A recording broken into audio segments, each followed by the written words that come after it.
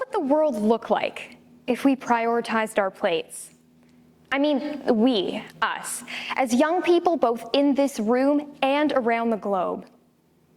How could we influence our future for the better by considering the food we eat and how it gets on our tables? With the looming threat of climate change, the challenge of increasing food insecurity, and the rise of resource inequity, many young people are worried about what the coming years and decades will have in store. Can we really leverage our food system to make change? The answer is a resounding yes. Let's take a step back for a moment. Why can considering the food we eat have such a tremendous impact? As it turns out, our food and the way we produce, consume, distribute, and waste it are rife with challenges. Industrial agriculture has become the standard here in Canada and in many other Western nations. According to the United Nations Environment Program, despite accounting for 72% of all farms globally, small farms occupy just 8% of all agricultural land. Conversely, large farms, which account for just 1% of all farms globally, occupy 65% of this land. As a result, large farms often have disproportionate amounts of control over the food that is produced and sold. Many of these large industrial farms are owned by the top 5 agri-food company emitters, primarily meat and dairy companies, who together emit more greenhouse gases annually than any global oil giant. Clearing land for the hundreds of millions of cows raised annually for beef and to feed them is the primary cause of deforestation and one of the leading causes of biodiversity loss. And yet, despite just how resource-intensive industrial agriculture is, roughly 1/3 of the world's food is wasted. When talking about what we eat and why it matters, we also have to consider industrial agriculture's far-reaching impacts on people and communities. Since its industrialization and globalization, agriculture has lost its focus on producing nutritious food for people and has become more about generating animal feed, biofuels, and industrial ingredients for processed food products. As a result, while it's possible that there are fewer people in the world who are undernourished, many more are now malnourished. An increasing number of people are now considered obese as a result of what they're eating, and many suffer from preventable diseases often related to diets, like heart disease, stroke, diabetes, and some cancers. Take Nauru, a Pacific island nation that is the most obese country in the world. Obesity there has increased dramatically over the past 100 years due to the importation of Western foods paid for with proceeds from phosphate mining. The food itself isn't the only way in which industrial agriculture can affect human health. Studies conducted in the United States and globally have shown that industrial agriculture has become the leading source of particulate matter air pollution, which can penetrate human lungs and enter the circulatory system, resulting in adverse health effects for those who live nearby and for farmers themselves. The issues with our food system are abundant. An efficient and effective food system has the potential to help expand human capital, alleviate poverty, and further the ability of communities to withstand and adapt to climate change. What we have instead is a global food system that generates an estimated $12 trillion in hidden social, economic, and environmental costs each year.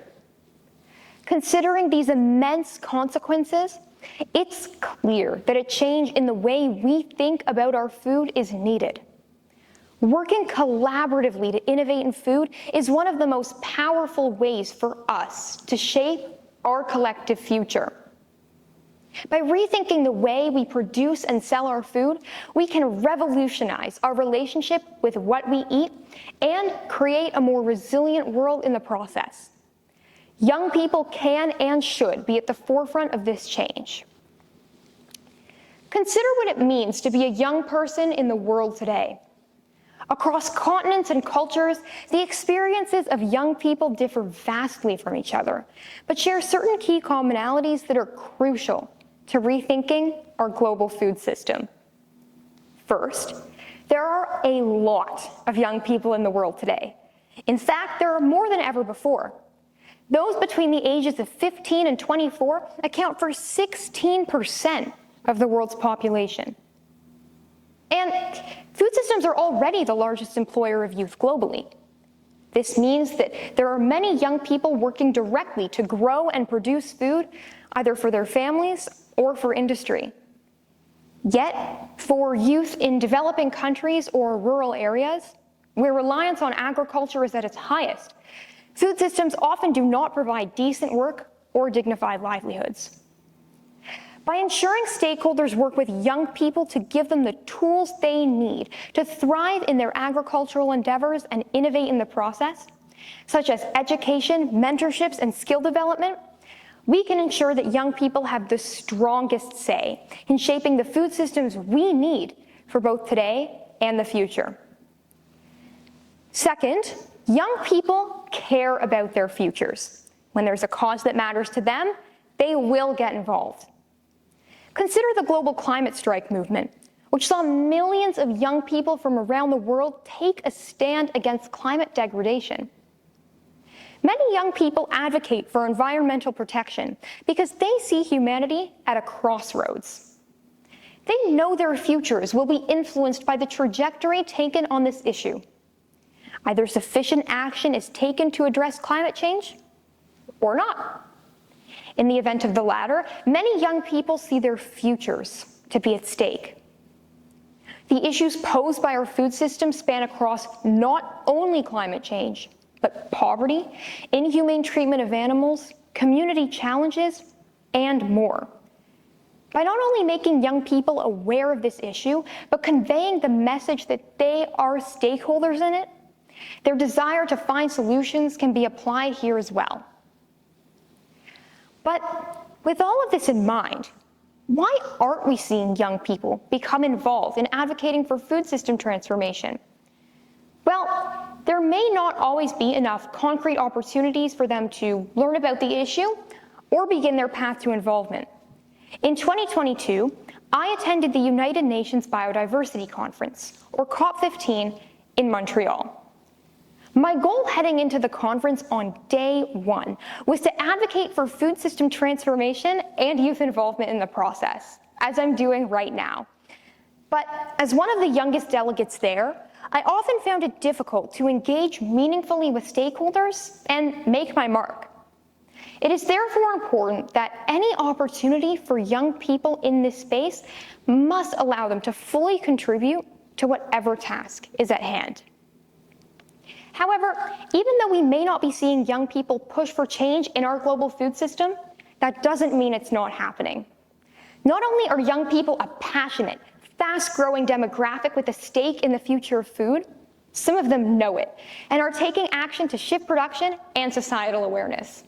Take Haley Thomas, a 23-year-old who founded the Happy organization at the age of 12 with the aim of empowering young people to become active change agents in food.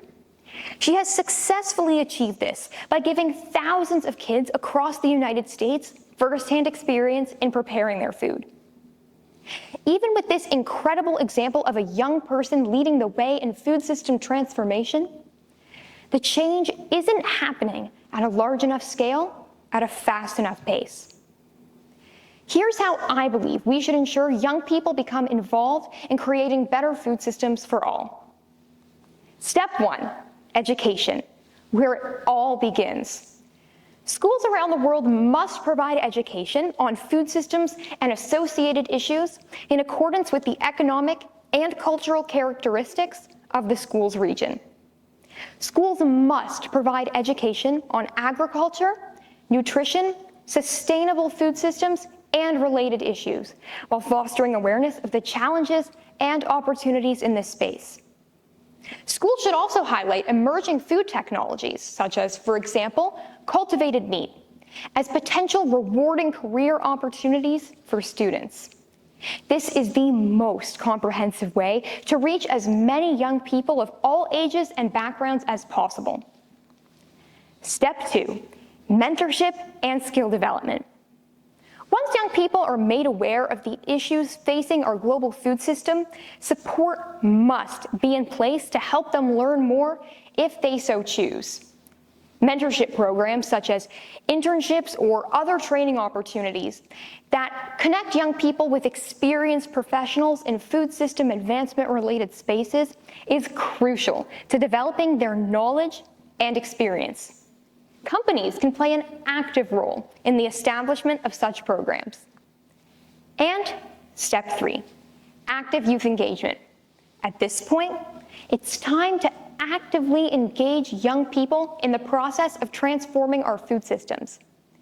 This can be done through involving them in decision-making processes, such as at global conferences, and can also be done by governments, organizations, and companies providing financial support, funding opportunities, and grants for youth-led initiatives and technologies in the food sector.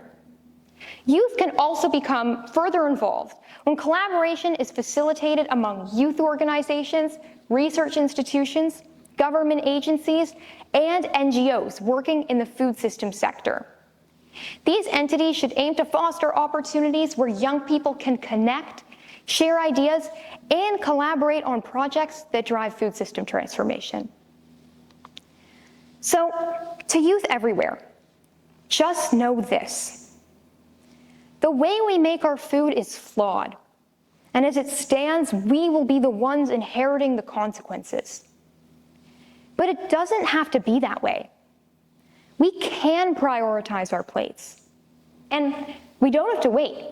Young individuals and communities can make a real impact in this space now. But if we are to do so, if we are to transform our food systems and make them more sustainable, resilient, healthy, and equitable for all, it is up to us to take the lead.